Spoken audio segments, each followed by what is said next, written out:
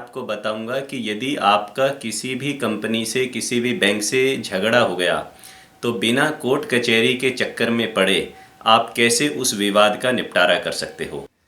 पहला तरीका है इंटरनल ग्रीवेंस मैकेनिज़्म।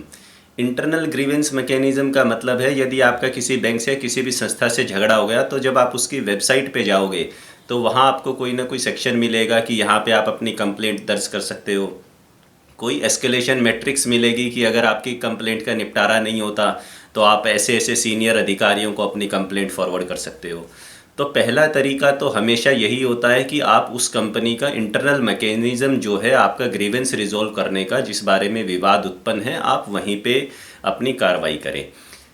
दूसरा तरीका ये है कि ये सब चीज़ें अगर इंटरनली वो रिस्पॉन्स नहीं कर रहे हैं या आपकी बात सुनने को तैयार नहीं है, मानने को तैयार नहीं है, तो एक्सटर्नल मैकेनिज़्म है। एक्सटर्नल मैकेनिज़्म क्या है कि जो रेगुलेटरी बॉडी है, बैंक की है तो आरबीआई या जो भी अभी मैंने बताई थी वीडियोस में, आप वहाँ पे उस कंपनी या उस बैंक के खिलाफ अपनी शिकायत दर्ज करो। ये एक्सटर्नल मैकेनिज़्म है। ये दोनों जो मैकेनिज़्म है, इंटरनल और एक्सटर्नल, रेगुलेटरी के बॉडी के पास कंप्लेंट और बैंक के पास कंप्लेंट, ये करनी कैसे होती हैं, इसमें क्या क्या लेवल होते हैं, क्या क्या प्रोसेस होते हैं, किस तरह से आप एक्चुअली करो कि आपके फेवर में रिजल्ट आए, उसके लिए मैं एक सेपरेट वीडियो ऑलरेडी बना चुका हूं जिसका लिंक मैं इस वीडियो के डिस्क्रिप्शन में दे रहा हूं। आप क्लिक करके इन दोनों मैकेनिज़्म को एग्जीक्यूट कैसे करना है वो अच्छे से समझ सकते हो। तीसरा तरीका है किसी मध्यस्थता केंद्र को अप्रोच करना, किसी मीडिएशन सेंटर के पास जाना। उदाहरण के लिए दिल्ली के अंदर दिल्ली डिस्प्यूट रिजोल्यूशन सोसाइटी है, वहाँ पर कोई भी पक्ष जा सकता है और मध्यस्थता की रिक्वेस्ट कर सकता है। दूसरे पक्ष को नोटिस जाएगा, एक मीडिएटर बैठेगा और आपसी सुलह कराने की कोशिश की जाएगी।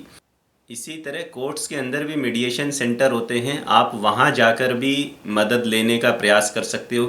इन मीडिएशन सेंटर में बहुत ही एक्सपीरियंस्ड और अनुभवी व्यक्ति मीडिएटर के तौर पे बैठे होते हैं जो दोनों पक्षों की बातों को ध्यान से सुन के आपसी समझौता और सुलह कराने का प्रयास करते हैं।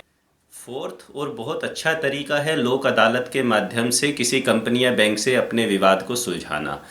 आप अपने जिला न्यायालय में जाकर पता कीजिए कि नेक्स्ट लोक अदालत कब लगेगी, उसके लिए आप एप्लीकेशन लगाइए।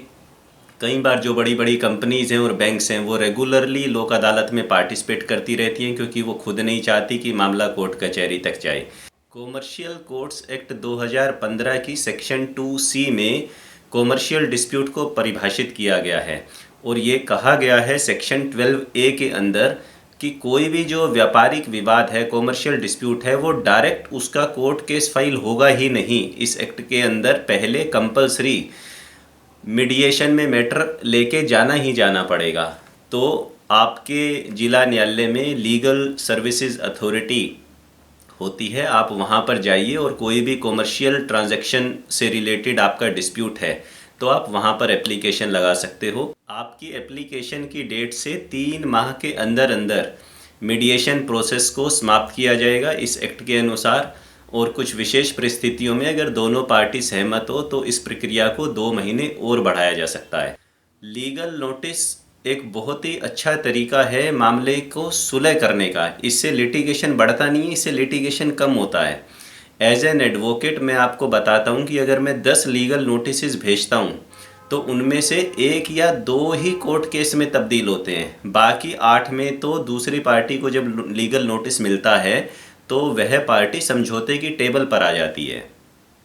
तो लीगल नोटिस का सबसे बड़ा फ़ायदा ये है कि इसमें जो भी आपके राइट्स हैं वो लीगल रूप में मेंशन्ड होंगे। आपकी जो लीगल पोजीशन है वो एक एडवोकेट उसमें क्लैरिफाई करेंगे, और जब वह लीगल नोटिस अपोजिट पार्टी के पास जाएगा तो वह भी अपने एडवोकेट को वो नोटिस दिखाएगी, तो उनका एडवोकेट भी उनके केस में क्या कमियां उनको बता पाएगा और आपका एडवोकेट भी आपको बताएगा कि आपके केस में ये प्लस पॉइंट है और ये माइनस पॉइंट है।